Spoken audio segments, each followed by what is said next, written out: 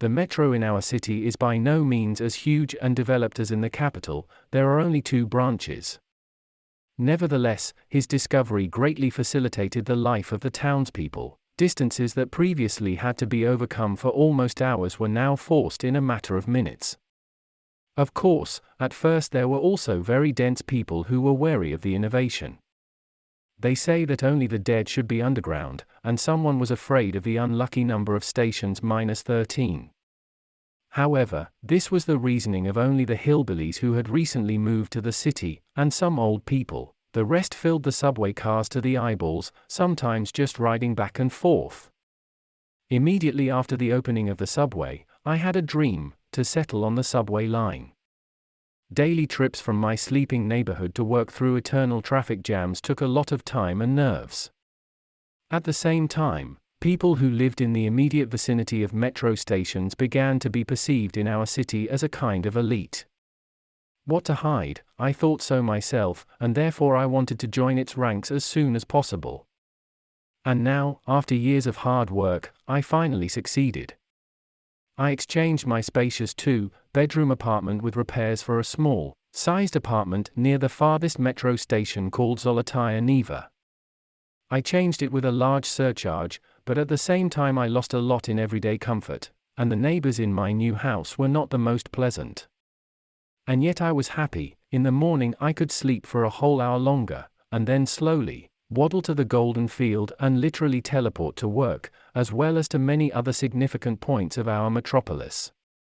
The only thing that bothered me from the first day after moving was the need to walk twice a day through the tunnel connecting the 2 branches of the metro. I can't explain what bothered me so much about him. It was a very long curved tunnel with pale pink walls.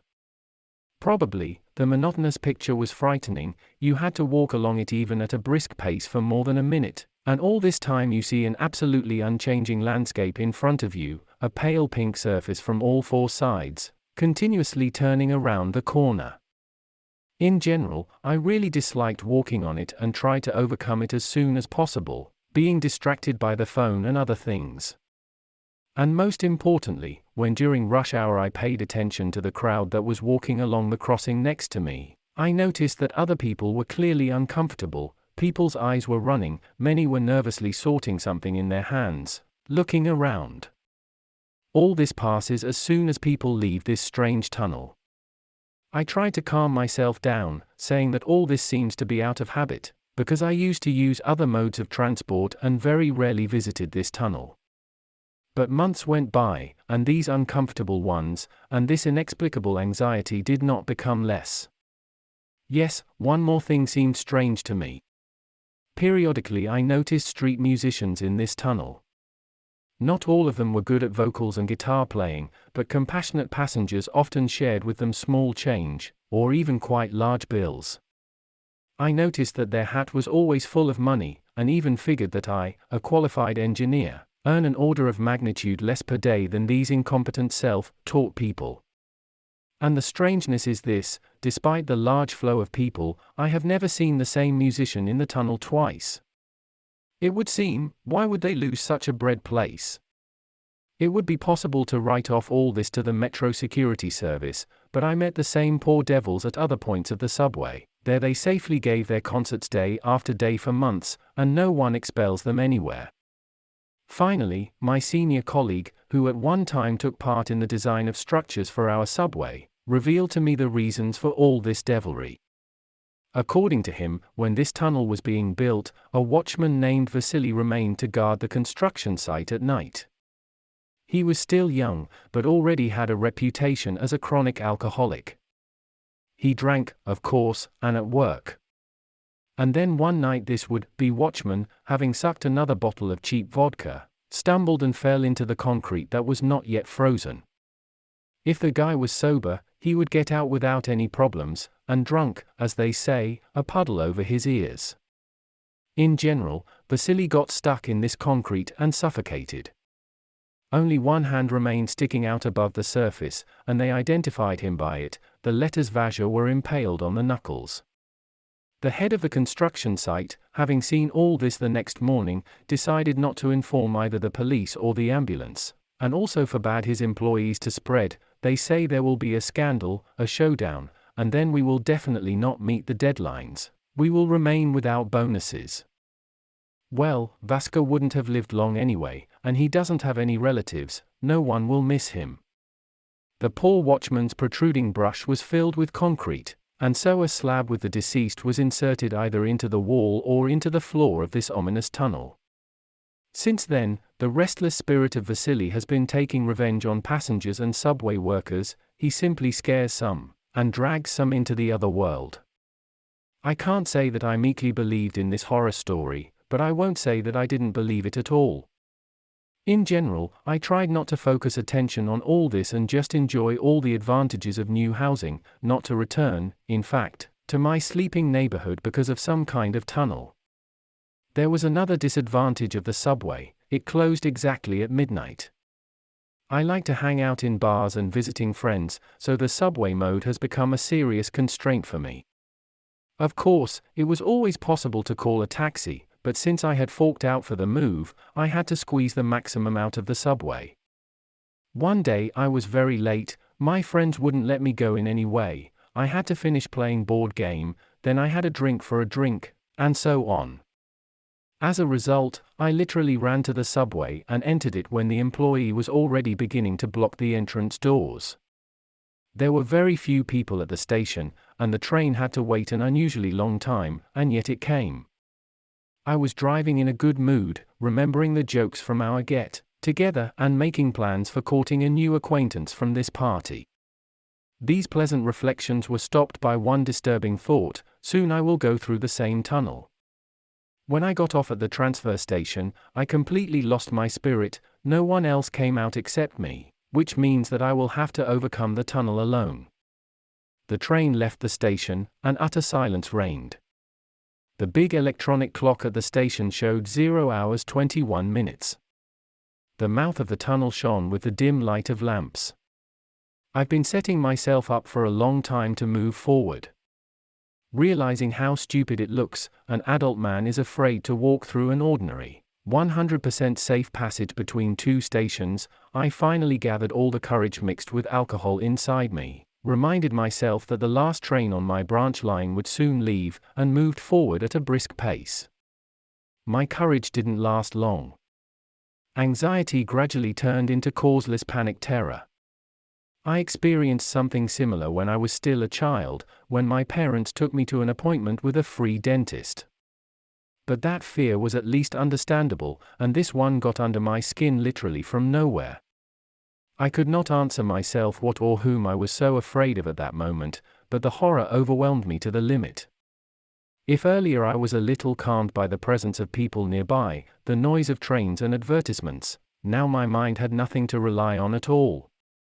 Not caring how I look in my eyes and CCTV cameras, and switched to running, and at the fastest that my not-so-athletic body could give away. According to my calculations, I should have been at the other end of the tunnel in half a minute, but the second seemed like an eternity here.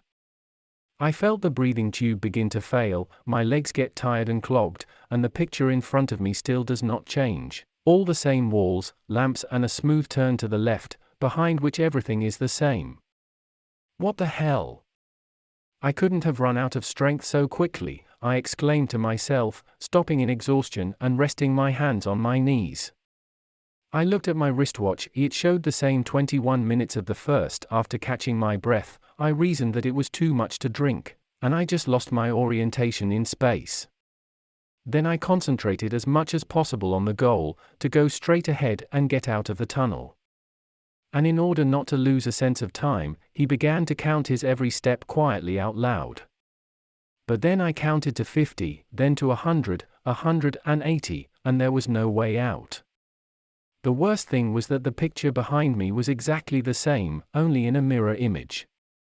By inertia, I continued to count the steps, hearing my voice begin to tremble from fear and despair.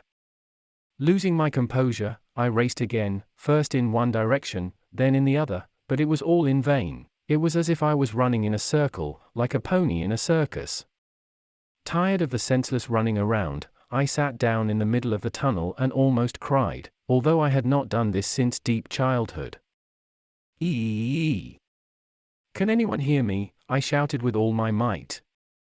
And suddenly, a couple of seconds later, I heard a man's shout from somewhere deep in the tunnel. I couldn't make out the words, but the very feeling that I wasn't alone filled me with cheerfulness and hope.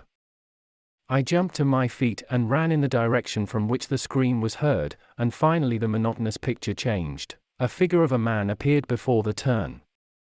But he also ran, but for some reason not to me, but in the same direction as me. I called out to him and accelerated. But after a moment, he also accelerated, shouting something before that. Without stopping, I began to look at him more closely.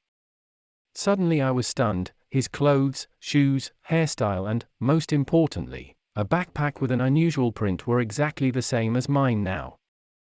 Shocked, I froze in place. The man in front stopped right there. Still not believing myself, I raised my right hand and waved it. The figure in front of me soon did the same. I stood there, unable to move, feeling like I was losing my sense of reality. Suddenly, the figure that had been standing motionless before turned around sharply, and I saw her face. At first glance, the face was mine, the same eyes, nose, lips. But all this was scattered on the surface of the face in absolute asymmetry. One eye was slightly higher than the other, adjacent to the eyebrow, the mouth was slanted to the side, the ears were also not at the same level. My ugly double made a smile with his twisted mouth. At that moment, the light in the tunnel began to blink, and then completely went out. My eye saw the light again when I opened my eyelids. Around me was a hospital ward with a bunch of bulky sawing equipment. I felt some kind of mask on my face and a bunch of sensors stuck all over my torso. The nurse, who was sitting on a chair next to her, was enthusiastically typing something into her phone. She glanced in my direction, returned to the phone, and then turned her dumbfounded gaze back to me. Without saying a word, she jumped up from her chair, knocking it over, and ran out into the corridor shouting, "Igor Vladlenovich! He's awake! The comatose person has woken up!" A minute later, an elderly doctor ran into the ward, putting on glasses on the go. At first, he talked to me strangely, as if he were a 2-year-old child, but I understood him perfectly and even tried to answer his questions, although I felt that my tongue was not listening well. "Lucky you, man. We didn't even expect to talk to you someday," the good-natured old man told me how I ended up in the hospital. That evening I really went down to the subway, but I didn't get into the car anymore. I had too much to drink, and while waiting for the train, I got too close to the edge of the platform. Then he stretched out his head to see if the train was far away. At that moment, with a loud buzz, he flew out of the tunnel and hit me at full speed right in the forehead. The clock at the time of the incident was 0 hours 21 minutes. I got a severe concussion and was in a coma for 2 weeks. Unfortunately, only in the movies, after several years of coma, a person can immediately get out of bed and go to chat with their loved ones. In reality, it takes a lot of time to recover. I will not bore you with the description of this process. I will only say that after a little over a month I was able to return to a more or less full life. I tried to tell Igor Vladlenovich about my bad trip while in a coma, but he, without really delving into it, urged me not to attach importance to it. According to the doctor, in this state, the brain simply generates random pictures in which one should not look for any meaning. But the priest, to whom I came to confession for the first time in my life, as soon as I was discharged from the hospital, had a completely different opinion. It was hell, my son. Everyone has their own way, someone will really cook in the proverbial cauldron, and someone is destined for a different fate. Satan knows what scares the sinner most of all, and this is what he is preparing for him in the afterlife. All these torments are united by one thing, this endless repetition. Your soul was lucky to visit the hellish halls and return back to the body, so the Lord gives you a second chance. Stop leading a riotous lifestyle, treat others with respect, acquire the spiritual, not the mundane, and then, God willing, you will no longer find yourself in that hopeless place. I took the words of my father very seriously and, despite the dissatisfaction of numerous friends, radically changed my lifestyle and values in general. Now I understand that the anxiety of other people in that transition, the frequently changing musicians, the ridiculous legend about the immured worker that my colleague probably invented, all this was just my speculation, with which I justified elementary claustrophobia. Strangely enough, after everything that happened, I stopped being afraid to walk through this tunnel, because I know that I am in the earthly world, and the tunnel will definitely end soon. And to everyone who hears me now, I want to say only one thing: hell really exists, and the most terrible thing awaits sinners in it. Endless repetition.